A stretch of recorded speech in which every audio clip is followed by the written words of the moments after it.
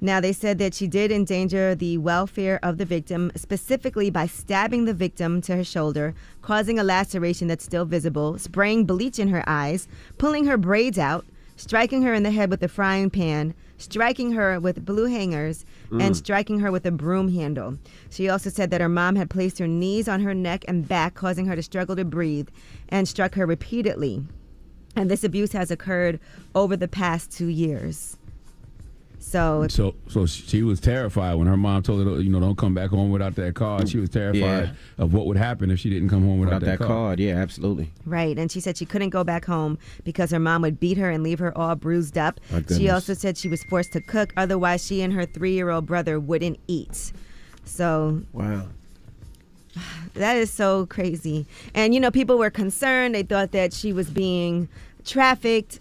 They thought someone kidnapped her. Turns out all along, while the mother was crying on the news, saying that she was terrified and had no idea what happened to her daughter, she's what happened to her daughter. She should never be able to get her children back. I would. Well, she didn't know. She didn't know that the daughter had ran away in that moment, though, right? No, she didn't. I'm not talking that's the reason, but the fact that you beat your kids like that, where she has bruises and you don't. And you spray bleach in her eyes. You put bleach in her eyes. She should never have them kids ever again. All right, well, our prayers to Josiah Moore. I know that is, 14 years old. And what happened with the money that GoFundMe? Was she able to get that? Where did they stop that GoFundMe? Because it was a reward. It was a reward that they were giving out, $15,000 reward. No, she created a GoFundMe. Oh, I don't know where. I can't imagine because that money stays in the account until they can clear everything. Goodness gracious. Well, I'm sending that family healing energy. You know what I mean? I hope that young girl, gets to deal with the trauma. Gets help for the trauma that I'm sure she's endured in that home, and I hope that mother, gets help for the trauma that she's endured. Because hurt people. She's clearly projecting pain from somewhere onto that young girl. Well, I'm sending that mom locked up energy. Family. That's what I'm sending her, locked up energy. They should lock her ass up. That's disgusting to do that to your own child. They should lock her ass up. Of course, she should have to pay for the consequences of her actions. But I still want to get help. I still want her to get help after she gets locked up. Because she's clearly projecting pain. You're not treating your child like that if you're not projecting some sort of pain. She's clearly going through her own issues and probably has been for years. Yeah, as long as she go to jail. Man. All right, well, that is your front page news. Bleach in your daughter's eyes? Not feeding your kids? Stabbing her? Something's wrong with her. Stabbing her? How old are they again? She's 14. F that. No. Clearly she has a 3-year-old brother, so just imagine that. And the 3-year-old brother. Well, I don't know what happened to him, but I'm just saying she does have a 3-year-old. My goodness. As well. Clearly she's projecting some type of pain. Oh, she got that pain in jail. Get it off your chest. 800-585-1051. If you need to vent, phone lines are wide open. Again, 800-585-1051. Get it off your chest. It's The Breakfast Club. Good morning. The Breakfast Club. Wake up, wake up. Wake your ass. This is your time to get it off your chest. Whether you're mad or blessed, we want to hear from you on The Breakfast Club. Hello, who's this? Hey, this is Siobhan. Good morning to everyone. Good morning. Get it off your chest. Siobhan. Okay. So, in our community, I'm going to say the black community, we should normalize raising our kids without abusing them. Like I just heard the tail end of the last part of the news report that you guys just did about the abuse that was going on in the home. And it's just something that shouldn't be done. Like, why are we beating our kids? And then people are quick to go to the Bible and say, oh, they say spare the rod, spoil the child. But don't we all remember in school that the rod means the rod of correction and not necessarily disciplining with pain? But that's something we learn from our oppressor. That's what I'm saying. Like, we need to stop it. Like, I agree. There's so many people I whooped her butt or I did this. What about sitting down and speaking with your child? That's right. Like, my oldest daughter is 13, and I spanked her when she was young, 2 years old, and I felt so stupid. And I always say to myself, how could my parents, beat me with extension cords and everything else and be okay?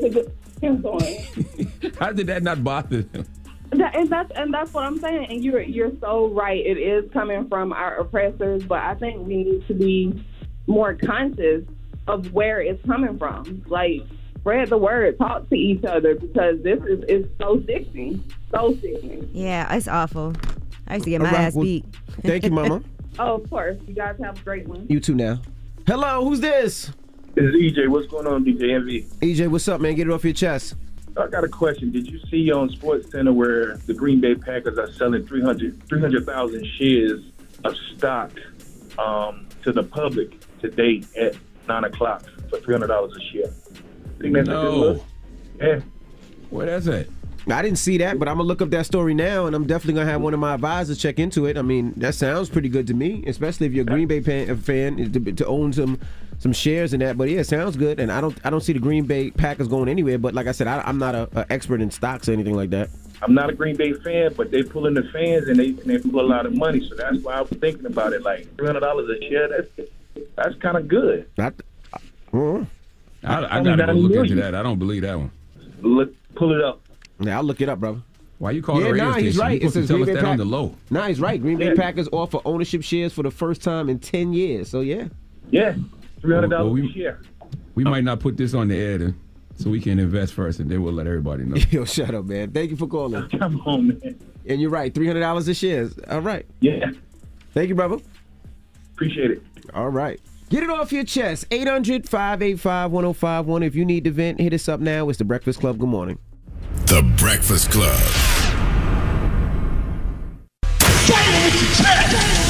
This is your time to get it off your chest, whether you're mad or blessed.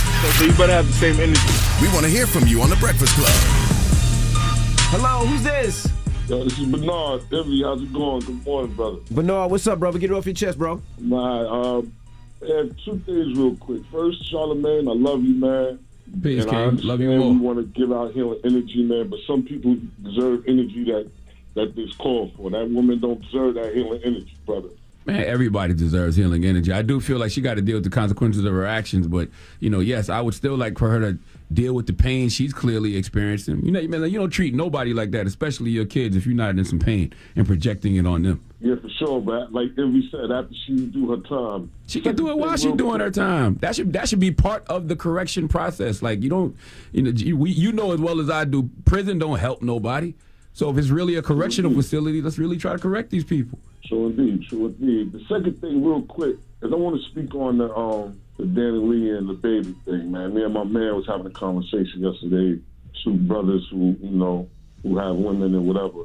And I feel like a lot of our prominent figures, our brothers who got these platforms to speak on things, they pick and choose what they want to speak on things. And yesterday I sat by and I waited for good brothers like my son and Shabazz the OG to come up and say something about that. Now, granted, we don't know what happened behind closed doors, but this thing with social media, man, so many people are so quick to go to social media with their issues, and they're degrading women. And I would have loved to see some of them dudes come to the forefront and tell homeboy, like, listen, it's a time and a place. This ain't for that. You killing this woman in front of the world to see. You know what I mean? That right there was kind of corny to me, right? You know what I mean? I'm sure they will. I saw my son yesterday. My son was talking a lot about, the Kyle Rittenhouse situation because they dropped Kyle Rittenhouse's weapons charge, which was actually one of the only charges I thought he was going to get hit with. And so, my son's a person who actually got convicted for a gun that he didn't even have. He actually went to prison. So, that hit home to him to see that white dude get his weapon charges dropped after killing two people and shooting somebody. Yeah, for sure. I understand that. But, yeah, man, that's all I wanted to say, man. Again, I listen to y'all dudes every day. Charlamagne, I got your books, man. Thank you, brother. Y'all guys inspire me, man. Y'all doing big things for the culture, man. Hopefully one day I'll meet y'all or whatever. Yes, sir. Appreciate you, King. Real quick before I go, man. Envy, you rode out here on your bike, man. Rode all the way to Montauk. Envy, there's dudes like me who live out here in the Hamptons, bro.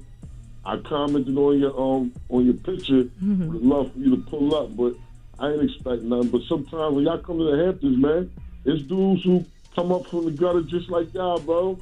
Shout us out, man. What y'all? You got a restaurant out there or a spot? Nah. Oh, you just want me to pull up to the crib? You want me to ride the bike to the crib? Nah, I'm still on the come up, man. But it's a lot of some good brothers out here working to make some things happen positively. Okay. Who come from the streets, who did streets thing prior to going away and then getting our lives together. And we all out here.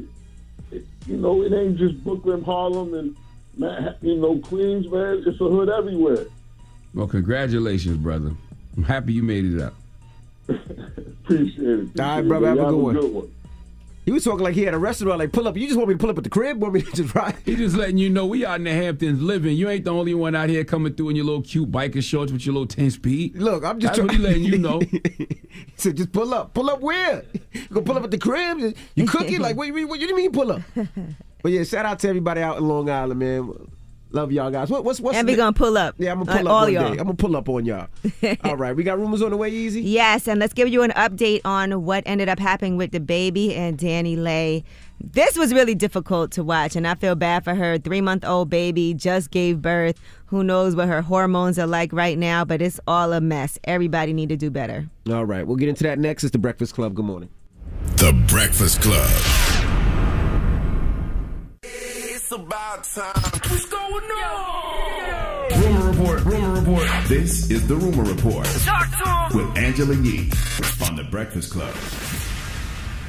Well, according to a rep from the police department in Charlotte, they said there were 2 incidents involving the baby and Danny Lay, and that charges were filed against Danny Lay. According to officers, November 14th, they responded to a domestic assault call for service at a home. Upon arrival, the baby said that he had been assaulted by Danny Lay. And then in a separate incident on November 15th, officers responded to a disturbance at the same location where he did say that she had assaulted him. She was served with a criminal summons for simple assault. They also got additional information that led them to charge her with a second count of simple assault from the previous event, according to a statement. Now, the baby has gone on live several times, at times with Danny Lay in the other room, and he did say that he would be a father no matter what. Long story short, you make them kids, deal with what come with it, handle them kids.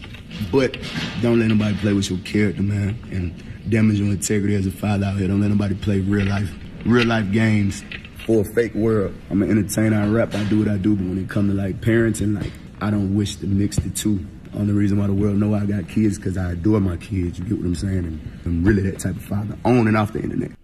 Now, Danny Lay responded in her own Instagram stories post. She said the baby demanded that she leave after she had Plan B sent to his home.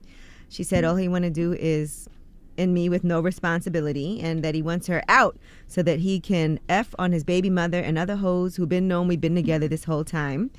He goes on to say that Danny Lay's family disown her and hasn't even seen their grandchild. All that bullshit I was hearing was what it was. My baby wouldn't be right here in my arms, cooling. And the shouted family that's trying to chime in and speak on the situation. Y'all don't even know her. She don't know y'all either. She ain't never seen y'all a day in her life. Shouted mama, you ain't even met your grandbaby yet. All right, now an update to that is Danny Lay's family did respond. And by the way, Danny Lay was not happy that this was the first time people got a chance to see the baby. She said, sad, that's how y'all had to see my baby for the first time. Evil ass man. Danny Lay's... You know what? Mm-hmm. I find it hilarious that you only know which baby she's talking about by the way she spells "the." Well, she said my baby. That's how y'all had to see my baby for the first time. And then her mom said, I didn't want to address this until I knew my daughter and granddaughter were safe. Thank you for your texts, DMs, and phone calls. This is clearly a toxic situation, and all we wanted to do was to get her out safely. Just know we are continuing to do everything we can to make sure her and the baby are good. God is on our side. Baby? The. How she spelled the? And we pray this situation ends as peacefully and quickly as possible. So... a lot of different situations. Danny Lay's brother also stepped into the situation, but prior to that, the baby called Danny Lay a side bitch. Shout is not my girl. Ain't never been my girl. Is my side bitch. It's your what? No, my it's side your bitch. What? Shawty is a certified side bitch. Embarrassing me like that. Shawty is a certified side Shut bitch. up. Just trying to act like she ain't. Well, she posted all kinds of evidence that she was not just a side chick. You know, she posted him taking her on a boat for her birthday, pictures of them kissing, him saying that he loves her, all kinds of things. Yeah, I don't understand why guys talk about the mother of their children like that, because when you talk to the mother of your child like that, you got to ask yourself some questions. If she was just a side chick, why you shot her club up? Why you impregnated her? Why was you hitting it raw? I mean, it's, like I got homeboys who complain about their baby mothers all the time, and I'm like, well, you chose to let off in her. So, you know, you should respect the mother of your child. You could tell it's very emotional, but it's very nasty and very disgusting. Honestly. And you want her to be as peaceful as possible. If it's a bad situation, somebody's just got to leave. You know, and even if you have to leave for a while just to make sure that you're not going to get into an altercation, going live and antagonizing her, she just had a baby. The baby is 3 months old. She might be going through all kinds of hormonal things. You know, you just, I think, want to make sure, first and foremost, your baby is good, which also means the mother is good. I agree with that, but I do understand him recording the situation to protect himself, because nowadays you need proof in real time, because nobody cares about the truth if the lie is more entertaining. So to protect himself and his business interests, he recorded her. I get that. Why not leave? True, was his crib, but I know, but I probably still would have left. Yeah, no, I probably still would have left. But where he messed up is calling her out her name repeatedly. That was unnecessary. Record her, call the police. I get it, but calling her a side B, he shouldn't have did all that. That and putting it online as well. I mean, and that's also like antagonizing, saying things to try to embarrass her, degrade her. You know, yeah, I wouldn't have done all that, but I understand him recording it in this era. Recording, Even though I don't agree with the recording. I understand that. I understand the recording part, but putting it on live for people to see, I just don't get that. And I get Danny Lay's brother, like Danny Lay's brother. Well, here he is, right here. Let's listen to Danny Lay's brother. This don't even got nothing to do with my sister no more, bro. This got to do with me and you. You Mr. Tough Guy over here beating up bitches, knocking little guys out here and there. You know what I'm saying? I'm in a hospital right now. I got in a car accident. I got a up neck. I still beat your ass with my neck like this, bro, on God. You know what I'm saying? So this is what we gonna do. When you come to the West Coast, bro, which I know you be out here, we gonna catch this one-on-one fade, bro. I wanna see how much of a gangster you are, how much of a real man you are. I'm gonna say something. No, all of us have to do better as men, because you can't be mad at somebody calling your sister the B word, and then in that video you referred to women as the B word. Well, he referred to his sister, I think, as the B word at one point. He said the baby's out here beating up B words. So either one, it's still like you can't no. But you know, you don't want one day your child to see this online either. By the way, when your child gets older, everything is available online. All right, well, that is your rumor report. I'm not gonna lie, hearing our brother talk, it felt like a menace to society when Kane got that young lady pregnant and didn't want no parts of it, and then her cousin pulled up for the fade. You remember that? But he's protecting his sister, so he wants to make sure his sister's good. I would expect Logan to do that for his sister, and you know. All right, guys. All right. Front page news. Yeah, what we got next? So the White House is denying tension with Kamala Harris and with Joe Biden. Let's see what's really going on. They got tension. What they beefing over? Have you really seen Kamala at all? Nope. Okay. I didn't see it before, though. All right, we'll get into that next. It's The Breakfast Club. Good morning. The Breakfast Club. Your mornings will never be the same. Warner Brothers Pictures presents King Richard, based on a true story that will inspire the world. Watch Will Smith's portrayal of Richard Williams, father of two of the greatest sports legends, Venus, Serena, and A Plan for Greatness. In theaters and on HBO Max. King Richard, November 19th, rated PG-13. Morning, everybody. It's DJ NV, Angela Yee, Charlamagne the Guy. We are the Breakfast Club. Let's get in some front page news. Now in Monday Night Football, San Francisco beat the Rams 31-10. Now what else we got, Easy? Well, the White House has denied that there is tension with Kamala Harris.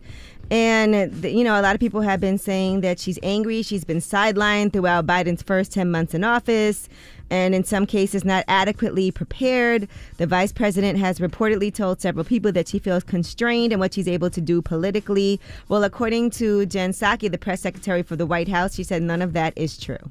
The president selected the vice president to serve as his running mate because he felt she was exactly the person he wanted to have by his side to govern the country. She's a key partner, she's a bold leader, and she is somebody who has taken on incredibly important assignments. I don't have any predictions of whether she will run, when she will run. I will leave that to her, but I can tell you that there's been a lot of reports out there and they don't reflect his view or our experience with the vice president. All right. Well, both Joe Biden and Kamala Harris have really low approval ratings at this point. Joe Biden had said in the beginning that he would fully expect to run for a second term and that Harris would remain on the presidential ticket. But the reason I asked that question is also because normally the vice president will run for president for the next term. Yeah, they deserve those low approval ratings. And, it would be great if, Vice President Harris was the one out here speaking truth to power, especially when it comes to like the Joe Manchins and Kristen Sinemas of the world. Somebody has to be the bad guy on behalf of the people for the Democratic Party. And being that she's a woman of color, she can speak on a lot of things other folks can't. So she needs to go full Bulworth and start speaking for the people. That was her campaign slogan at one time, right? For the people. But she's not reflecting that at all right now. Now, President Biden did, however, sign the $1 trillion bipartisan infrastructure bill yesterday. And part of that is funneling billions to states and local governments to upgrade outdated roads, bridges, transit systems, and more. There were about 800 guests there while he was doing this. And they need to improve the nation's roads, bridges, other forms of infrastructure. And finally, they are planning to get this done. This has been attempted by many presidents before this. Donald Trump tried to do this. He even declared Infrastructure Week several times during his term, but he was never able to get a bill through Congress. So finally, this has happened and been signed yesterday. Yeah, but that bill was supposed to be way bigger, have a lot more money in it. He made a lot of compromises, to get that done. I am happy about the broadband, especially me coming from a small town like Moncks Corner, South Carolina, a rural area, like, 1 in 3 black Southerners lack home internet access. But as we can see, it is really hard to get things passed with Republicans trying to block things, and them even saying for the Republicans that did support the bill that they don't want them to be in office again. So whether or not it's a good bill, they don't care. They just don't want to support it because they don't want anything bipartisan. All right, now Howard University students have reached an agreement with officials after a month of protests. As you know, they've been fighting as they protested poor housing conditions on campus. There's mold, there's rats, all kinds of things. So here is what attorney Donald Temple said about the protests. While the specific terms are confidential, it can be said without any hesitation or reservation that the students courageously journeyed on a path towards greater university accountability and transparency and public safety. All right, so they did tweet out from Howard University. They are pleased to announce we have come to an agreement with the students who occupy Blackburn, and we'll share a longer message from Dr. Wayne Frederick on this topic later today. They did say the health and well-being of our students is the most important part of my job as president, according to Dr. Wayne A.I. Frederick. He said, as I've said before, even one issue in one of our dorms is too many, and we will continue to remain vigilant in our pledge to maintain safe and high-end housing. Here is one of the students who were protesting, Channing Hill. Today is a new day for bison everywhere. Today is a new day for the bison sitting at the table and standing around us. Because tomorrow, the struggle continues, but these issues, we got what we came for. We got increased scrutiny. We got increased transparency and increased accountability. And by virtue of this protest, we garnered everything that we were entitled to. I wonder what took so long, though. Yeah. It's not like they were asking for anything too crazy. They just wanted some living in dorms tents and living in places that was, suitable. I wonder what took so long. So when they come back from the holidays, are all these renovations going to be done? When does this start?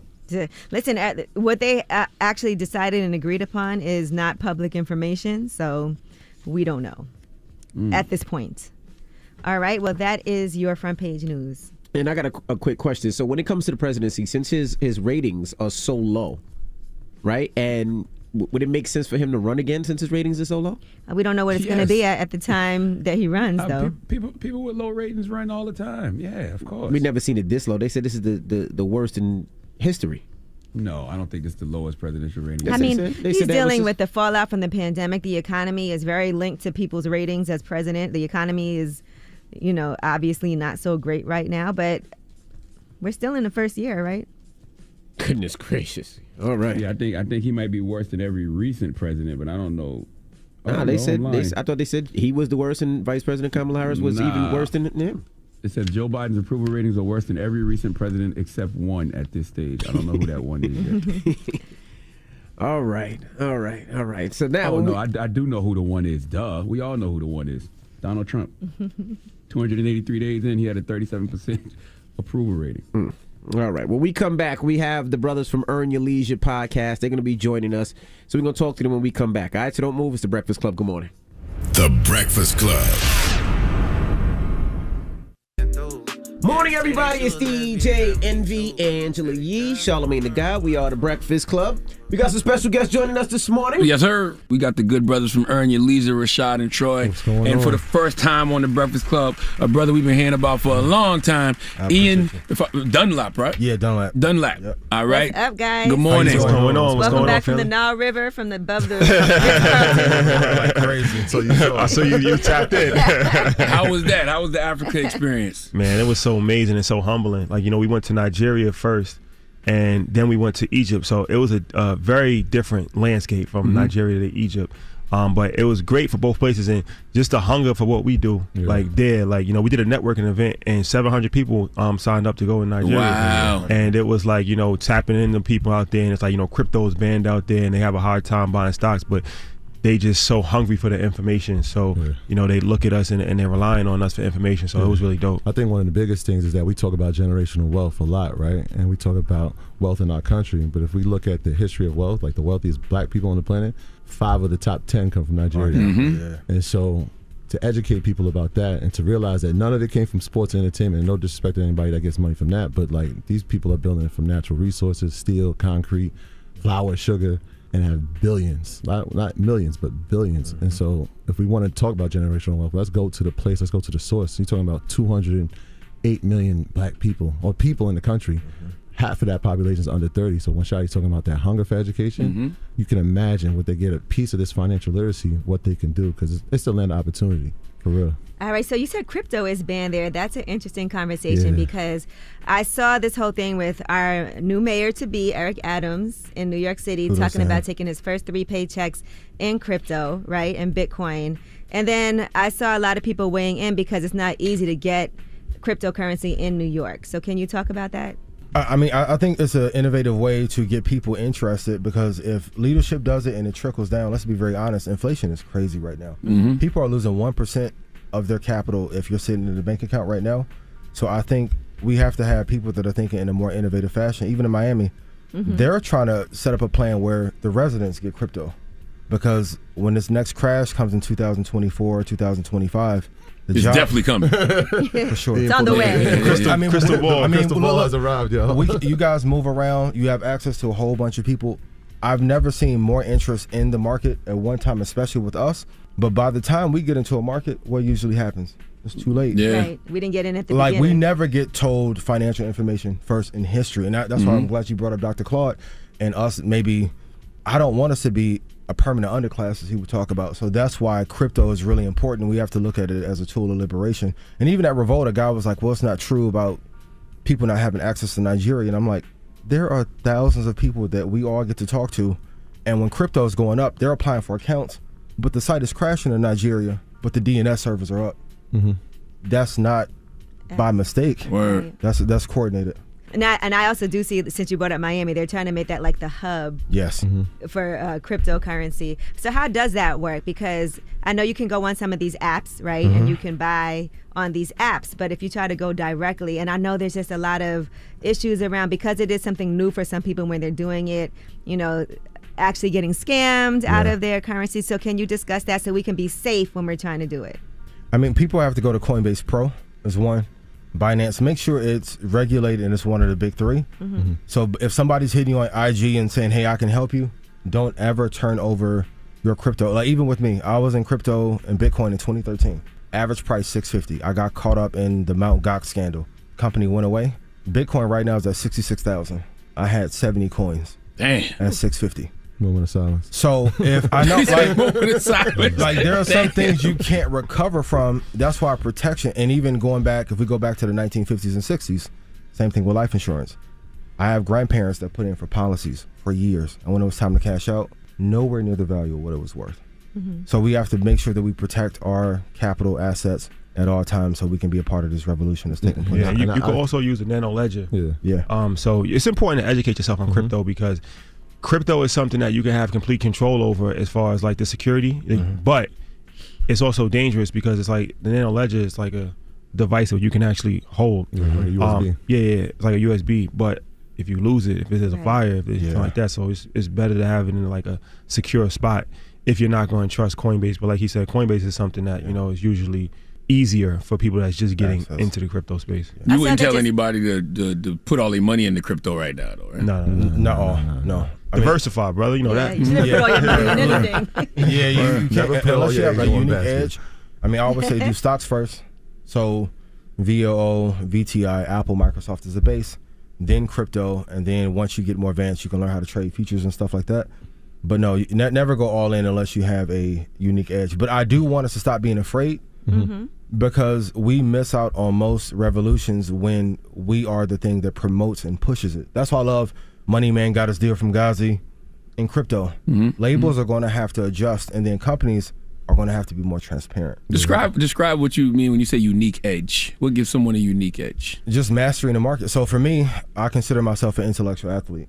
So I put 12 hours a day into the market every day. So when Troy hit me up 5 in the morning, I think I'm tired of us, black, brown people, those in entertainment that are creatives, building these companies up, but then we really don't get to monetize. Right. So I think we've all been told, hey, this is too hard, but you guys all in here know talent. You know a hot rapper, hot artist, hot entertainer, you know something when something's special, but then they try and make it seem like, well, you don't know because you didn't go to Harvard. You don't know because you didn't come through this hedge fund. If we made these companies, we can see the same thing financially.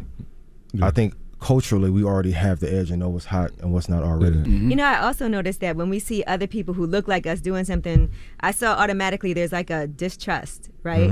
Like I'm going to this cryptocurrency conference in Miami.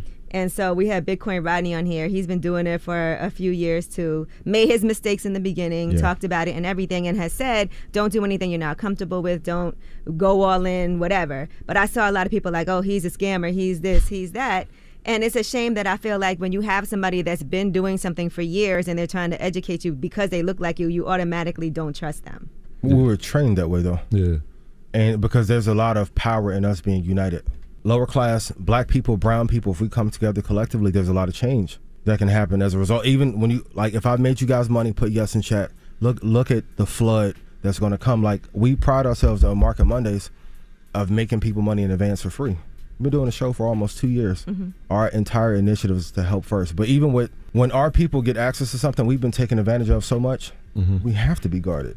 And that's why I'm like, it's important that we give this information for free, and then all the trust will be there. Well, I do want to say that's a big generalization, though, because there's plenty of black people that we do trust. Like, and we definitely distrust white people when they come around asking us to invest in things. But as well. I will say this though, there is more benefit of the doubt given to white people. For sure. Yes. And like I never forget when I used to be a financial advisor and I was working, and this guy told me a while ago, he was like, yeah, you know, just with the, you know, we just got to make sure that, you know, everything's official because, you know, and I'm thinking to myself, like, I told him, like, any big Ponzi scheme that you ever seen in history, it wasn't done by black people. Yeah, for sure. Bernie Madoff, all these, they wasn't black. So I'm like, you know, we people been scamming you your whole life, but you give them a second, third chance, 100th chance. So once again, you know, it goes back to psychological being programmed and distrusting each other. But it is starting to, because I mean, we can't just say that that is the way because we wouldn't be where we were at. Exactly. The people, because the people have championed us, and 90% of the people have been black and brown people. We definitely are appreciative of that. But you know, there's always more work and improvement to do. All right, we got more with Ian Dunlap and the brothers from Earn Your Leisure, so don't move. It's the Breakfast Club. Good morning. Morning, everybody. It's DJ Envy, Angela Yee, Charlamagne the Guy. We are the Breakfast Club. We're still kicking it with Ian Dunlap and the brothers from Earn Your Leisure. Yee. I want to talk about Elon Musk selling off $7 billion worth of his Tesla stock. And why would he do that? Because I saw a lot of people speculating on his motivation behind doing that. So for you guys as the experts, what would be some reasons for Elon Musk to do that? I mean, two reasons. It makes him look good in the public, but also, two, for tax purposes. And then third, people forget PayPal Mafia is probably one of the most interesting business conglomerates of all time. So you have Tesla, you have Peter Thiel, which he provided a lot of funding for Vitalik and Ethereum, Affirm. They all were in a clique at one time. Then they separated. Elon is one of the best investors of all time. So even last year, he was like, Tesla stock is too high. Then the stock came down 25%.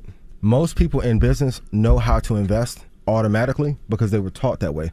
We're the only culture that's not ingrained in investing from the very beginning while building your business. So, are you allowed to say that as the owner of a company on Twitter, like Tesla stock is too high? If you Elon Musk, you can do whatever you want. Because I feel like that's... The thing with Elon is that people have accepted him for just doing crazy. I was watching today. Bernie Sanders tweeted like, the rich need to take care of the poor. Still alive? Like, I forgot you're still alive. So if it was like anybody else that would have said something like that, it would have been crazy. But you know, he could go on Joe Rogan and smoke weed, and he's become a fixture in pop culture, and that actually helps the stock. I think at this point because people gravitate towards him personally. So even if you don't have a Tesla, or if you're not interested in the car, you still believe in him. And he's probably the most famous CEO that we have in the world, and since Steve Jobs, he is the most controversial CEO also. So it's kind of like the Donald Trump thing. You hate him or you love him, but controversy sells. So is it time to buy the stock when he sold it, or what? No, you should wait maybe 2 or 3 months, like anywhere around 658 to 710 long term is good. But even with write that number down, Elon, the reason why he's able to get away with that for the same reason Kanye is, it's the value that he drives. Yeah.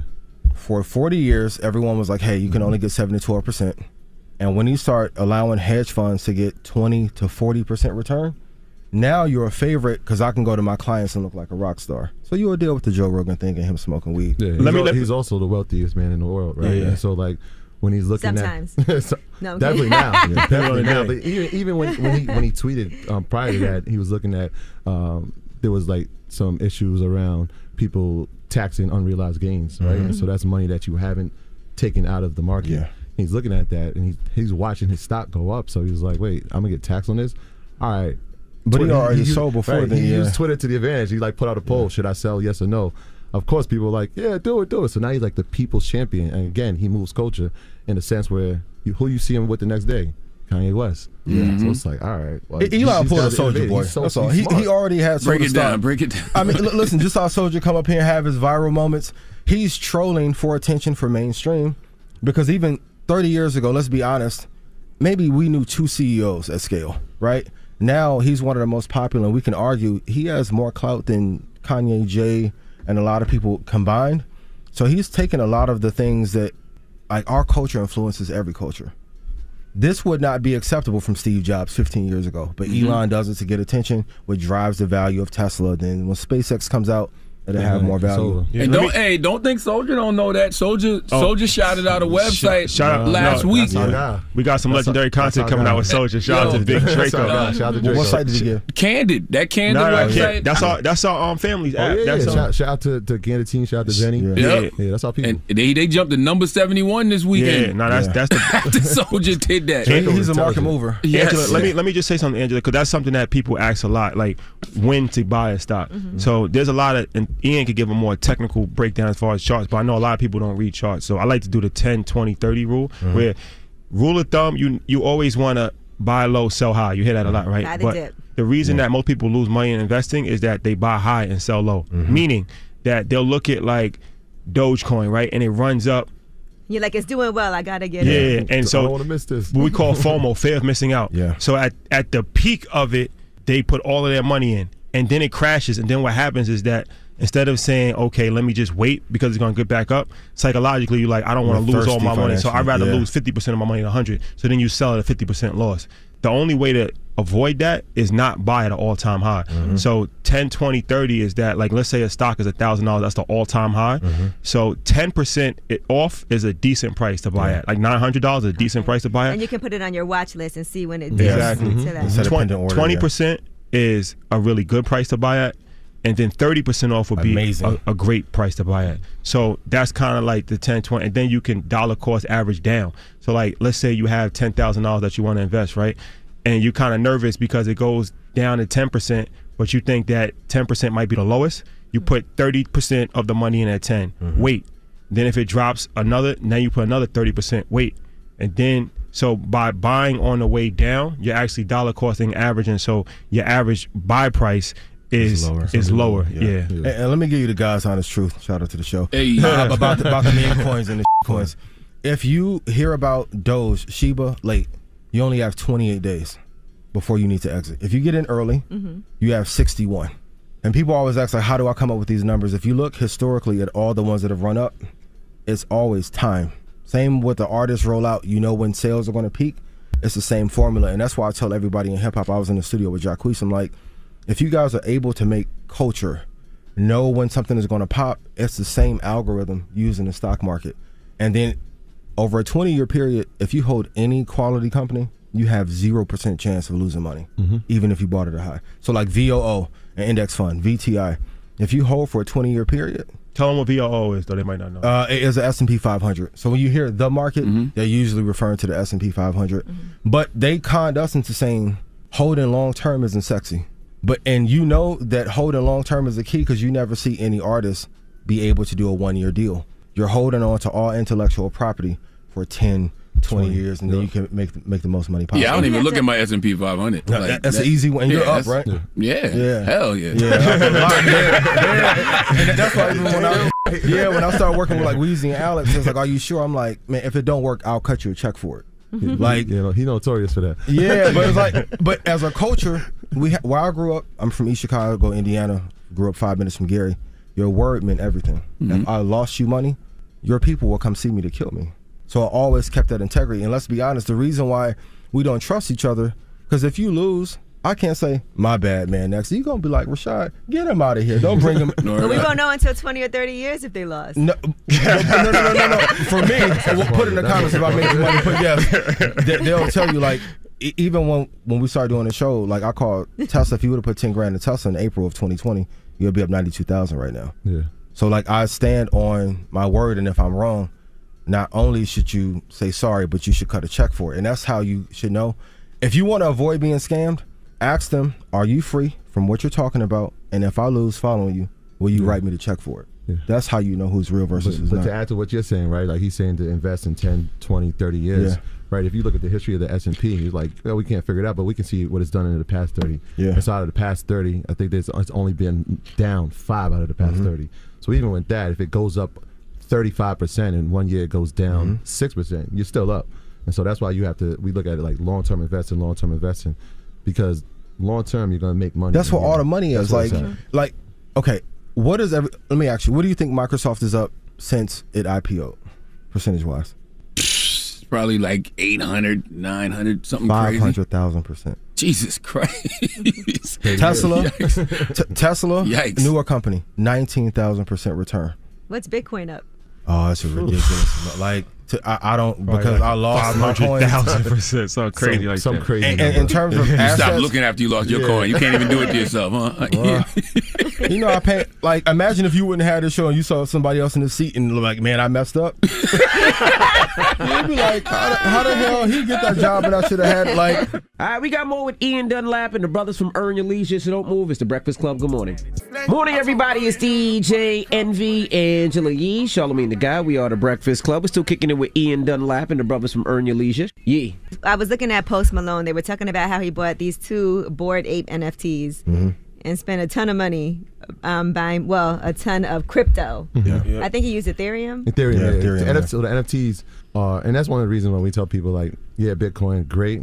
Focus on Ethereum as well, because the NFT market is huge. We saw it happen during the past year or so, but it's been around for 2 or 3 years. How do you know what to spend on things and what to buy? It's all subjective. You buy art?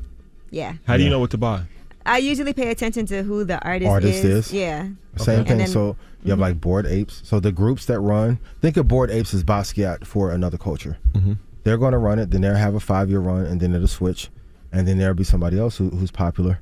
Shawty gonna come out with an NFT. Oh yeah, like you got and then you'll see the culture change. But even with like Nike and Gucci, you have to realize that for people that make knockoffs, that's going to be dead. Nike announced yesterday, for every shoe that they sell from 2022 on, they're going to make a certificate with the NFT to let you know if the sneaker's real. Right. Wow. That's going to change the value of commerce. And the NFT, a lot of people joke about NFTs like this is a joke, but it's the same thing with art.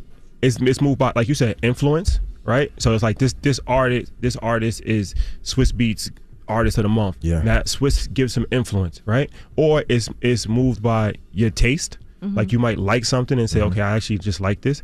The NFT is no different. So when you see a monkey that sells for $5 million, people's like, this is crazy. But I mean, in Art Basel a few years ago, they had a banana on a wall that sold for like $10,000, and it was just a banana peel. Yeah, it was at Sotheby's. So it's like this ridiculous stuff has been happening in the art world for a long time. It's just now that it's digital, people don't understand it, so they're ridiculing it. But it's really no different from what we've been doing for a very long period of time. God bought a Wu-Tang album for $1 million. I like Wu-Tang, but Skrully doesn't get enough credit because seriously, he really laid the foundation for the NFT model that then Tory Lanez it's the same thing followed. Right, Tory too. Yeah, because if Tory you make the album and it's an NFT, right?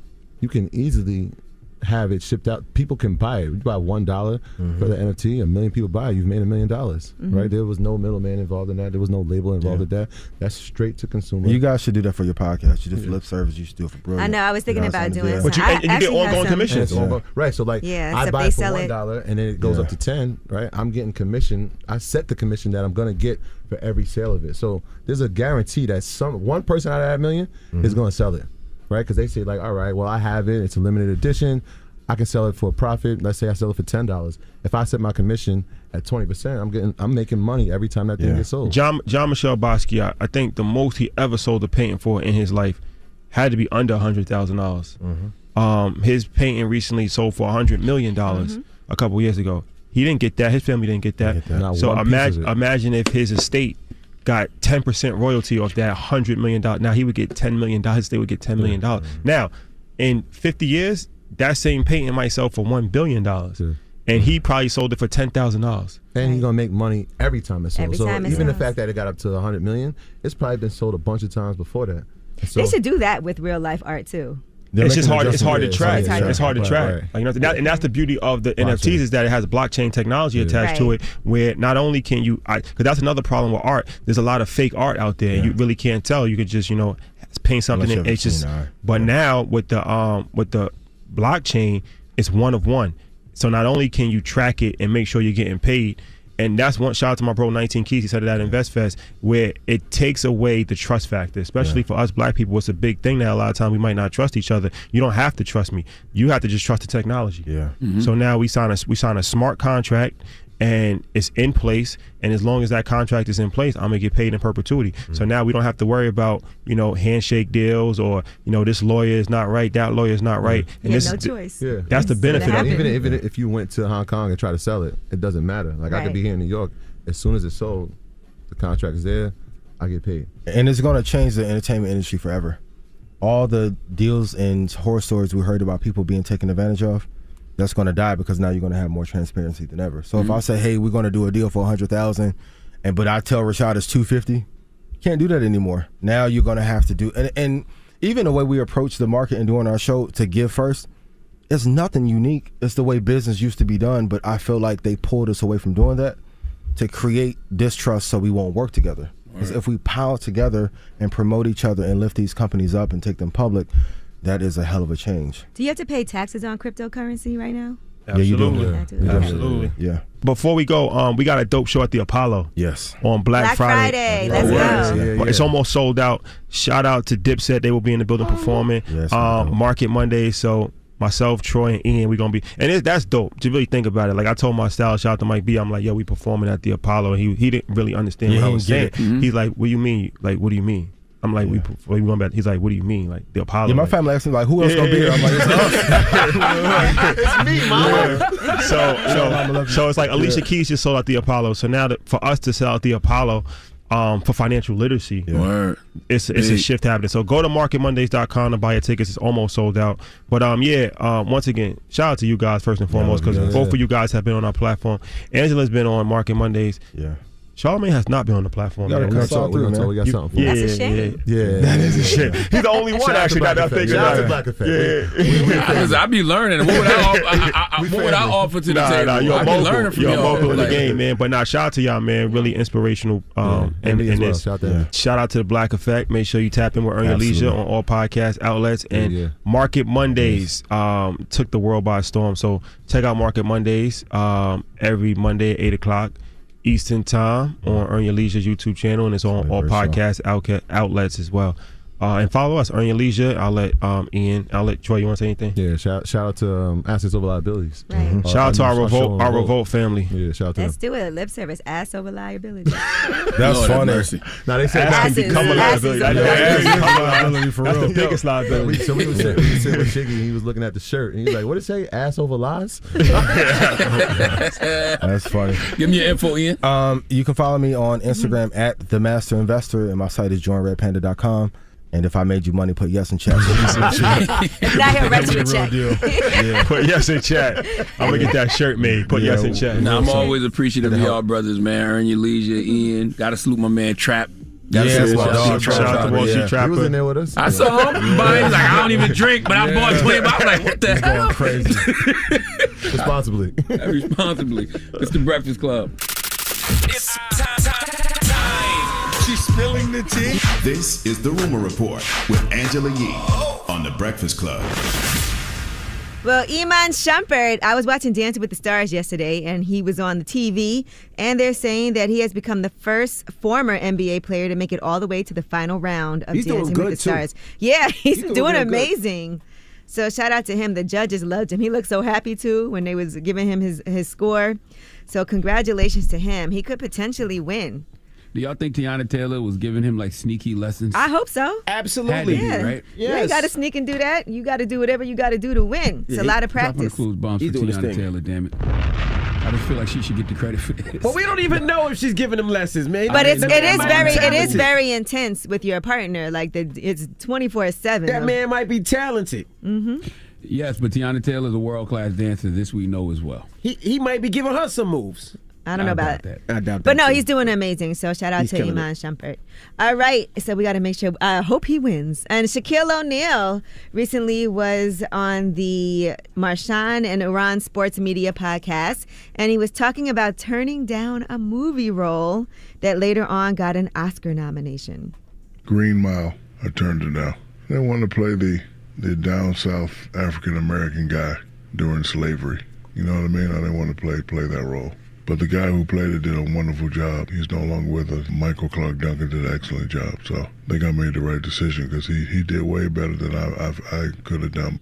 Michael Clark Duncan is the person who had that role. It wasn't really during slavery, though. Just want to point that out. But yes, so imagine that. Because if y'all saw that movie, that's a classic movie. And imagine Shaq. I saw it, but I forgot what it was about. Remember the Green Mile? He was in jail. Yeah, and it's like, I think it was Death Row. You know how you have to walk down. It was like a horror movie or something. Didn't Stephen King do that or something? Yeah, it was based on a Stephen King book. It wasn't really. It was like supernatural things that were happening. He had some type of power. Yeah, as I recall. Tom Hanks is in that as well. Mm-hmm. Every time I think of that, I think of the other Tom Hanks, Run Forrest Run. For some reason, they always confuse Forrest those. Gump. Forrest Gump, yeah. The other Tom Hanks. Yeah. That's the same It's Tom a Hanks. lot of Tom Hanks. A lot of Tom Hanks. Tom Hanks. Tom Hanks is probably the greatest living actor in this world, all right?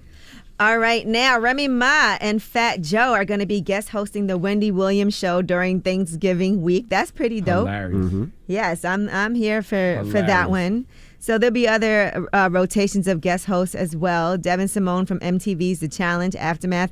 Bevy Smith is back again. Comedian Michael Yo will return to host as well. And so we still don't know an update on when Wendy Williams is coming back, if she's coming back. I know they were saying Nick Cannon might be taking over that time slot, so we will wait and see. I'm on Nick Cannon today. Matter of fact, I was up there yesterday. I'm doing his show today. But I love Sherry Shepard when she guest hosts the show. But and I love Bevy Smith. But that combination of Remy Ma and Fat Joe sounds incredible for daytime television. I can't wait to see that. I think so too. All right, now Dave Chappelle has responded. We told you yesterday his own former school has postponed his planned appearance. It was supposed to be a fundraiser for a theater. This is the Duke Ellington School of the Arts in Georgetown. And according to reports, two students were uncomfortable with Dave Chappelle's remarks on trans people in his Netflix special, The Closer. Originally, the fundraiser was supposed to be November 23rd, but now it's been moved to April 22nd of next year. So the theater is supposed to be named after Dave Chappelle. But at a recent show in Indianapolis, Dave Chappelle responded to this. He said he can't even raise money for children. And then he said, they're canceling stuff I didn't even want to do. So that is his response to all of the drama going on. I feel him on that. Like, I ain't even want to have to do this, and now they canceled it. That is crazy. They let two people in the school keep them from doing that fundraiser. Mm-hmm. I mean, two students, like, come on, man. Yeah, I can understand if it was like an overwhelming amount of people protesting and pushing back, but two students? Come on, for a whole theater? No, they said the school originally planned to cancel the fundraiser, but the comedian Dave Chappelle has been a big supporter of the school over the years. He's donated $100,000, and he also gave them one of his Emmy Awards back in 2017. All right. Well, that is your rumor report. Now, do you run that back if you Dave Chappelle? Give me back my Emmy. You want my my Emmy. Absolutely, I definitely do. need You my run Emmy. that back? I don't think you can ask for your money back. If my money ain't good for you now, let's retroactive. That payment too. That shouldn't be good for you then either. Mm-mm. All right. Well, that is your rumor report. All right, donkey today. Who you giving your donkey to? Man, I just want all my public servants to gather around the radio. If you're a public servant, I really need you to be here for the needs of the public. If not, then step down from your post. It's a brother named Kevin T. McCorvey. He needs to come to the front of the congregation. We'd like to have a word with him. All right, we'll get to that next. It's The Breakfast Club. Good morning. The Breakfast Club. Your mornings will never be the same. Now, everybody's talking about TikTok right now, even sports fans. Now, Charlamagne, you seen this? Why are you talking to me about football and trying to show me TikTok, sir? Because your team is on there. Their fans are on there. The players are on there. This is where the real talk is happening. There's like literally everything you could think of right now on TikTok. You just got to see it. You get donkey of the day. Yeah, you dumb ass. You get donkey of the day. Yeah, you dumb ass. You are a donkey. It's time for Donkey of the Day. Donkey of the Day, huh? I'm gonna fatten all that shit around your eye. They want this man to throw them blows, man. They waiting for Charlamagne to tap these gloves. Let's go. They had to make a judgment of who was going to be on the Donkey of the Day. They chose you. Yes. The Breakfast Club, bitches. Who's Donkey of the Day today? Well, Donkey of the Day for Tuesday, November 16th goes to an ambulance driver named Kevin T. McCorvey. He's 34 years old, and he's an ambulance driver. Salute to all the ambulance drivers out there. Dropping the clues bombs for all the ambulance drivers. Very underrated public servants in our communities. We see ambulance trucks all the time. And do you ever stop to think there is a human manning the wheel of that thing? Okay? Well, Kevin is one of those humans, and I must say he is not giving the other humans who drive ambulances a great name on this fine Tuesday morning because, see, whenever we entrust in humans to do certain tasks, we also have to deal with humans being, well, human. All right? Human error is and always will be a real thing. When you are dealing with humans, you are at the mercy of their bad habits. You are at the mercy of their emotions, their moods, their toxicity. When you put trust in humans to do certain tasks, whatever they're going through is what you will be going through. And that is the case with Kevin T. McCorvey. Would you like to know what happened with Kevin T. McCorvey? Well, let's go to WAGA Fox 5 Atlanta for the report, please. Georgia State Patrol says that EMS driver was heading south along West Campbellton. They say he lost control of his ambulance and flipped over into a ditch. And they say he was driving drunk. Kevin McCorvey is behind bars at the Fulton County Jail. They say a patient was in the back of the ambulance. Police identify him as Wilton Thomason. Investigators say Thomason was unrestrained in the ambulance and died from his injuries. Wilton Thomason was 66. Police arrested the driver. They say he had an open container in his vehicle. McCorvey is charged with second-degree vehicular homicide and DUI. Georgia, your own Kevin McCorvey. He admitted to smoking weed, drinking beer, and taking Adderall. Sounds like somebody should have called an ambulance for him.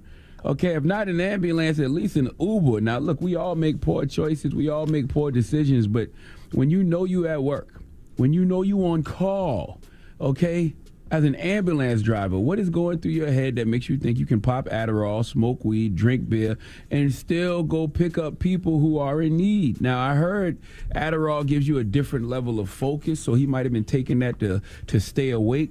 But mix that with beer and weed, that sounds like a deadly combination to me. I've never done it. Daniel, where's our producer Daniel? Is Daniel around? Yeah, I'm here. He's here. Daniel, can you speak more to this? Daniel, you lived a wild life in college. Is this Evolution, a reckless combination?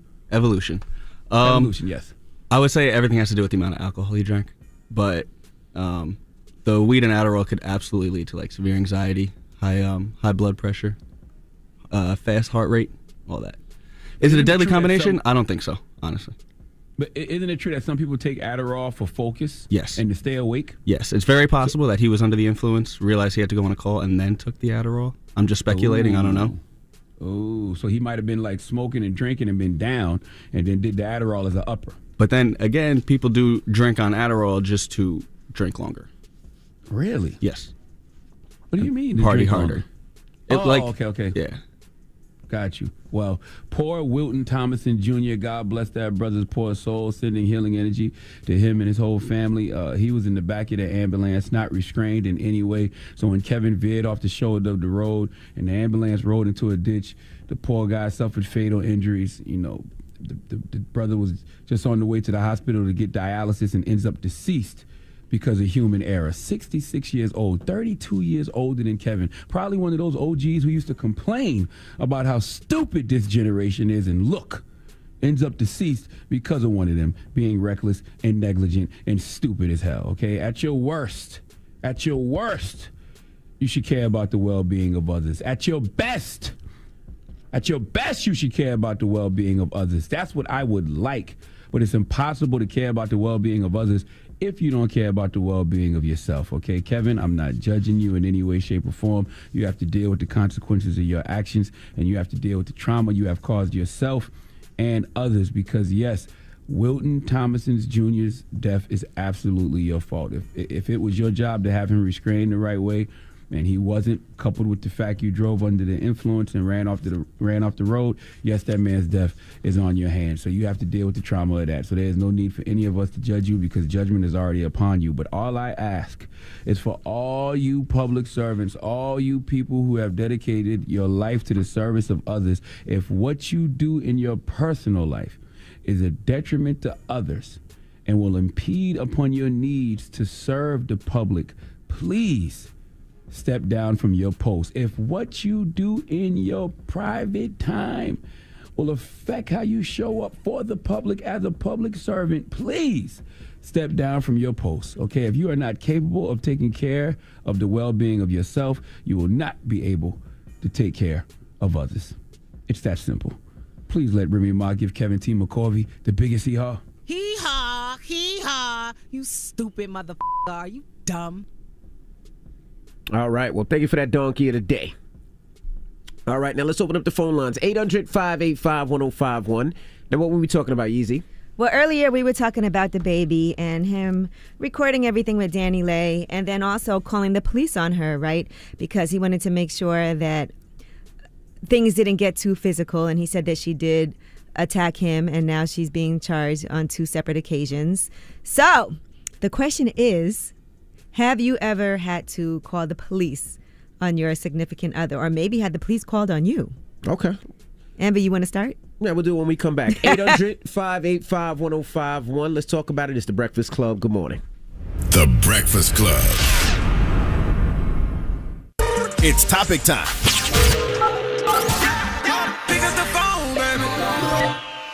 Call 800-585-1051 to join into the discussion with The Breakfast Club. Talk about it.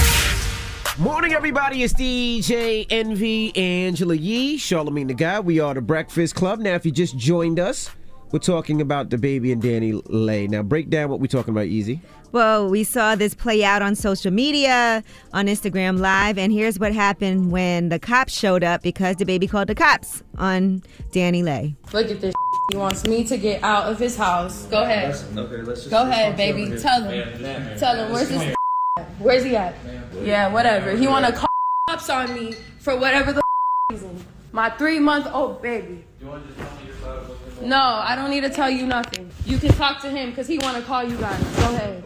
She does have 2 charges now of simple assault. So we're asking 800-585-1051. Have you ever called the cops on your spouse, your boyfriend, your girlfriend, your husband, your wife? That is the question. Or have the cops called on you? Have they called the cops on you, Envy? Yeah, no, I mean, my wife called the cops on me, but it wasn't for a problem. We weren't fighting or beefing. I was possibly going to hurt myself. This is when I was during my dark time and things were happening at the house, and my wife was concerned with my well-being, so she called the police on me to make sure that I was okay. She called them to really check on you. Yeah, to check on me to make sure I was okay. But it wasn't like, we were beefing and somebody called the cops on each other. Now, she was calling because she was concerned with my well-being. Were you upset that she called the police? Because, they act like it's very taboo to call the cops on your significant other. In the moment, I was upset, but then after, and we break it down and talk about what happened, I understand that, that was a concern. And right. It was necessary. If I would have had the concern, I would probably did the same. Mm-hmm. So we weren't, it was no problem, but that was the only time. What about you, Yee? I've had physical altercation with an ex-boyfriend, and my landlord actually called the cops at the time. And so when the cops came, initially I didn't really want to speak to them, but I ended up speaking to them. And he did end up getting arrested, but only because he was told to leave, and then he did come back. And I think a lot of times we're tempted when the cops come and we're in a domestic situation. You might say, well, I don't want them to get arrested. I don't want anything to happen. I just want them to leave. Or we're hesitant to call the police. But sometimes it's out of our hands and things can really spiral out of control. So I don't want us to feel, because we're nervous. Nobody ever likes to have to call the police, but sometimes there's no other way. Charlamagne? No, I've called the police before, but not on nobody close to me. I've called the police.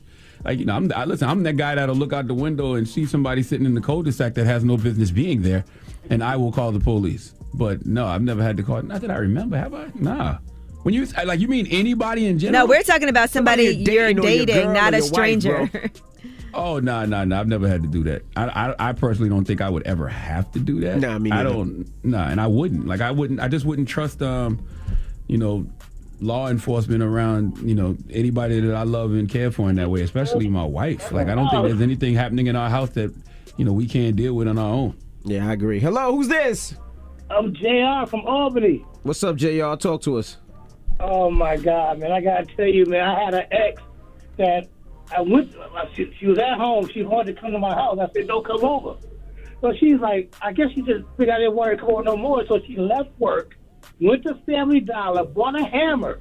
Whoa. Got her daughter into my house. Oh, my gosh. I opened the door for her. She says, if I can't have you, nobody will. I'm like, oh, no. She hit me head with a hammer. She said, bum for real? I swear to God, this happened. I swear to God. Oh, look, I had to put this woman in jail, my dude. I'm running around and and if it wasn't for she had her daughter with me. Remember I said her daughter. Her daughter got the knife. If it wasn't for my homeboy being in there, man, saying, oh, no, that's my homeboy. I'm like, oh, thank you, Jesus, my buddy here. Oh, Lord. But I had to put her in jail. Now, check this out. Uh-oh. She's in jail. Her son called me. He said, yo, man, why you put my mama in jail? I said, man, he tried to kill me.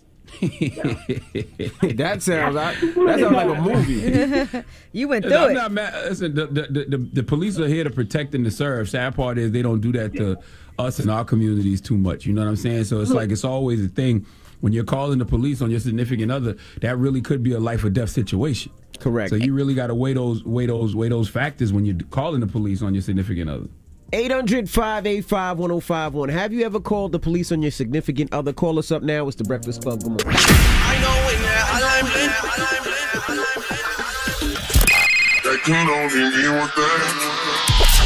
call me.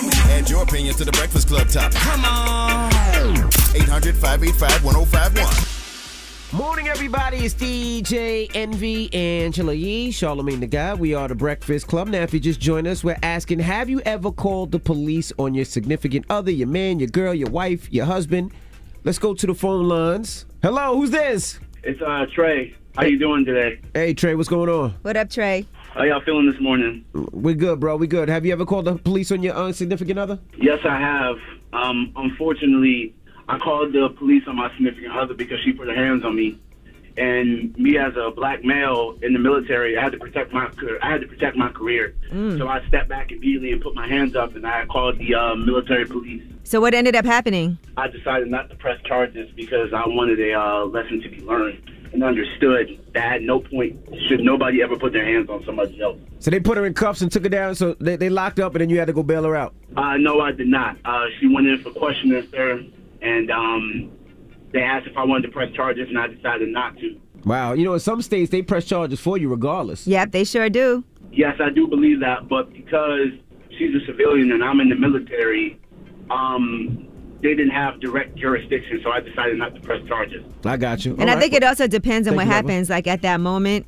You know, because the reason they pressed charges on my ex was because he came back to my house and was ringing the bell after they told him to leave, and they were like, "Now it's out of your hands. We have to press charges. We have to arrest him."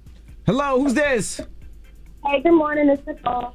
Hey, good morning. You ever had to call the police on your significant other or boyfriend or girlfriend? Yeah, so I've been in two situations. One of which, I grew up in a household where I saw domestic violence, and then I also saw my mom using the cops to kind of like toy or troll and kind of irritate my dad, but excuse me, I'm sorry. So I had to call the cops on my ex, who was a football player, actually pistol with me. He was really abusive, and a lot of the times before, I never called the cops. I would call family members or no friends, but it wasn't until the moment that I knew this man was literally trying to take my life that I had to call the cops. Ooh, I'm sorry. I was in a situation, the guy that I'm dating got drunk and didn't want to drive home. He felt like me calling him drunk and driving home was emasculating. So he put his hands on me, he called me an ignorant American beat, all type of words and whatnot. And people around me wanted to call the police, but I didn't. Because had the police come and stop this belligerent 240-pound man, that would have been on my conscience. So I just kind of had to deal with the situation. Yeah, I mean, once again, that's the sad part about being black in America. Like, you know, you could be going through something with your significant other, but then you gotta, decide, should I call the police? Because if I call the police, this might be it. I mean, but even with this whole situation with Danny Lee, I feel like we kind of all knew that the situation was toxic, and I hate to say that she was a glutton for punishment, but this man, we saw him in videos with her holding her hair, dog walking her, and then laughing like they were dancing for it. She's gonna still suck my dick and she's mad at me. It's just the ultimate disrespect, and I just wish that we didn't get to see this unfold. I wish that she could just deal with this in private and alone, but you can't put your hands at all.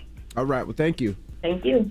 Hello, who's this? It's Dave from Florida. Hey, good morning. You ever had to call the cops on your significant other? I have a few times due to like domestic violence. So if I was a Danny girl while her child is young, she needs to call it quits and just throw in the towel. It is what it is. She knew what she was dealing with when she met him. So why put your child through that? Trust me, it's gonna harm her in the long run when it comes to her children. I had to deal with it. I had to put one of my kids in therapy because they saw it. So, and we know how hard it is. We know how hard it is sometimes when you're in that situation to get out of it, though. No matter what people say to you or what happens, you're not going to leave until you're ready to leave, and you don't want to wait. And that's exactly what happened. Mm-hmm. Well, I'm glad you got out of it. Yes, but she needs to just run fast. All right. It doesn't get any better. It doesn't. All right. Well, thank you, Mama. Thank you. So what's the moral of the story, if there's a moral? Moral of the story is, man, how about we learn to respect ourselves in our houses so we don't have to be calling the police on each other? Like, if it gets to that point, how about just walk away? Easier said than done, right? Right, easier said than done, yeah? Sounds great. All right. Well, we got rumors on the way. Yes, and let's give an update on what's happening with Travis Scott. We'll tell you what Nike is doing in response to everything that's happened, the tragic events at Astroworld, and we'll tell you what the medical staff at Astroworld had to say about different things that were going on. We'll get into that next. It's The Breakfast Club. Good morning. The Breakfast Club. Listen up. This just in. All the gossip. The Rumor Report. Gossip. With Angela Yee. It's the Rumor Report. The Breakfast Club. So earlier this morning, one of our listeners were talking about this 300,000 stock shares that they were that they're selling to fans for the Green Bay Packers. But what is it exactly? Well, here's the disclaimers. It does not constitute an investment in stock in the common sense of the term. The Packers will have no obligation to repay the amount a buyer pays to purchase Packers stock. Anyone considering the purchase of Packers stock should not purchase the stock to make a profit or to receive a dividend or tax deduction or any other economic benefits. Any offering of Packers stock will only be made through an offering document. And the Packers believe offerees and purchasers of Packers stock will not receive the protection of securities laws with respect to any offering or sale. So basically, it's not really worth anything. It's just something that you can hang up. And So what the hell am I buying? Just to say you own it. It's $300. So it's just basically a piece of paper that you can hang up. Man, you better off buying a ticket to a game. Yeah. And hang up the ticket. All right. Now, the Soul Train Awards are coming up, and those are going to be on Sunday, November 28th. That is Thanksgiving weekend, so I know a lot of people will be getting ready to go back to work that Monday. And they have announced that Maxwell will get the Legend Award. And in addition to that, and I know this has been announced previously, that Ashanti will be getting the Lady of Soul honor. So congratulations to both of them. Once again, Tisha Campbell and Tashina Arnold will be hosting They were a great duo when they hosted before, so congratulations to them. I'm looking forward to seeing it. They're actually going to celebrate by dedicating a full hour to each honoree's collection of music videos, and that's going to be Ashanti and Maxwell, so you can watch that on BET Soul as well. Are you going to let your wife watch Envy? Because I know she has a crush on Maxwell. Who said crush on Maxwell? So you go too far. I said she likes Maxwell. She enjoys his music. Nobody said crush. So you said you had to check her. No, you go too far. I thought you told me. Somebody told me that Nobody she had a crush told on you Maxwell. that. Nobody told you that. She actually said it. She said she had a little crush on Maxwell. You let your wife let you come to work every day and you got a crush on me?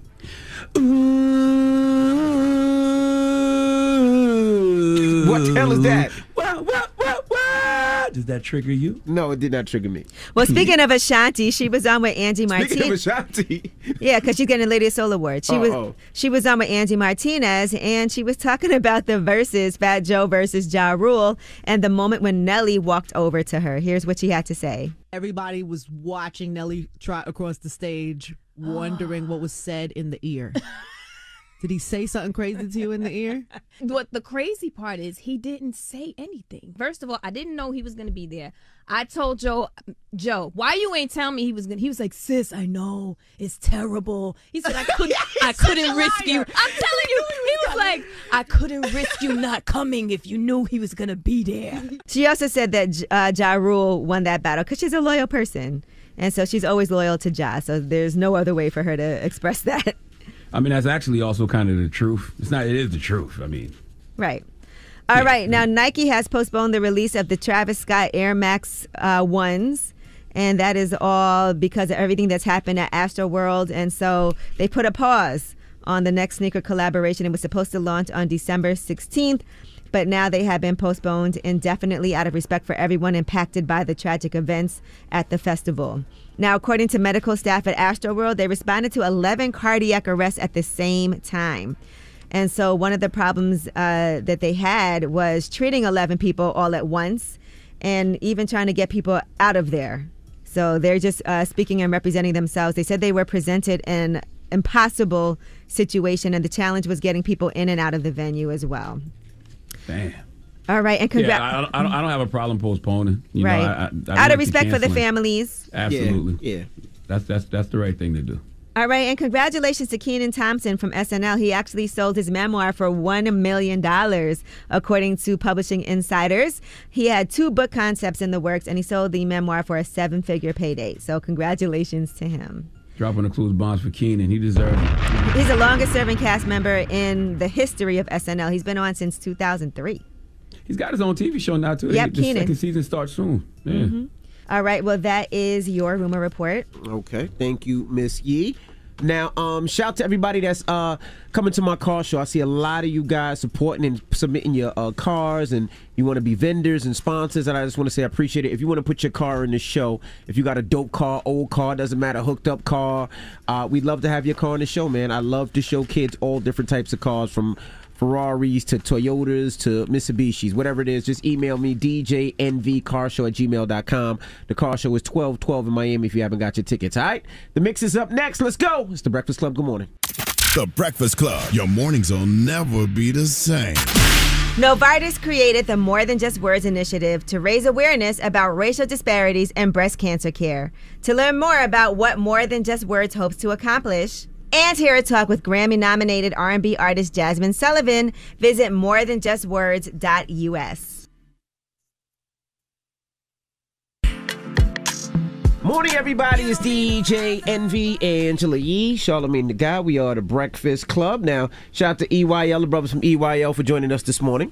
Man, salute to EYL, Rashad and Troy. Salute to the master investor, Ian Dunlap, man. I just love what those brothers are doing, along with Wall Street Trapper and, you know, Envy and Caesar. Like, those are the voices that we need in our communities right now. And the fact that they're able to break down, how to invest in such a culturally competent way. That's what matters. Because you could be saying a whole bunch of everything, but if people don't understand you, especially the people you're trying to reach, what's the point? They definitely reach the people, so salute to them. Yeah, and definitely if you want to learn more about real estate and investing, I know they're doing an event on Black Friday in Harlem. So at the Apollo. At the Apollo. Yep. So you can definitely check their pages. And then we're doing an event at the Jacob Javits the week after. If you want to learn about real estate, you can click the link in their bio, click the link in my bio. We're just trying to educate people in a way that people are not getting got, they're not getting scammed, and they feel comfortable. Like Charlamagne said, we break it down on a third grade level because we have to understand it. It's no sense if we break it down and you don't understand it. It's the way I was taught, and hopefully you guys can get some knowledge and possibly invest and create some generational wealth. So shout out to those brothers. And like we said numerous times and in the interview, it's also important to make sure you do your own research too. Absolutely. On top of getting that knowledge. And that's why make sure you check out the Earn Your Leisure podcast on the Black Effect iHeartRadio podcast network. I mean, there's so many gems in every single podcast they drop. They do Market Mondays every Monday with Ian Dunlap. So go check that out. Available everywhere you listen to podcasts. I also want to tell everybody, man, this Saturday from 1 p.m. to 3 p.m., November 20th, this Saturday, I'm doing my annual turkey giveaway in Moncks Corner, South Carolina, with my one of my foundations, Third Eye Awareness. It's in the Berkeley High School student parking lot, 406 West Main Street, from 1 to 3 p.m. You know, I do this every year, man. I've been doing it every year for a long time. So just pull up, okay, and get a turkey, get a bird from 1 to 3 p.m. at the Berkeley High School student parking lot in Moncks Corner, South Carolina, this Saturday. All right, peace. All right, now when we come back, positive notice, The Breakfast Club. Good morning. EJ, Envy, Angela Yee, Charlamagne the Guy. We are The Breakfast Club. Now, Charlamagne, you got a positive note? Yeah, I want to tell everybody too. I'm gonna be on Nick Cannon's daytime talk show today, so check your local listings for that. I'll be on there talking about, you know, my late night show, The God's Honest Truth. It was actually kind of a surreal feeling. I'm like, damn, I'm on Nick Cannon's daytime show talking about my late night show. So salute to the good brother Nick Cannon. And I got to salute Anita Kopax too. Make sure you go grab that Shallow Waters. Available everywhere you buy books right now, courtesy of Black Privilege Publishing. I saw this post that she posted this morning, and I love it. Okay, she said, "You are the ancestor that rewrites your family's cellular blueprint." And it made me think about this. If you feel you grew up in a family with toxicity, make it your legacy to break the family legacy. Your new motto should be, "The pain stops here." Breakfast Club, bitches! Y'all finished or y'all done?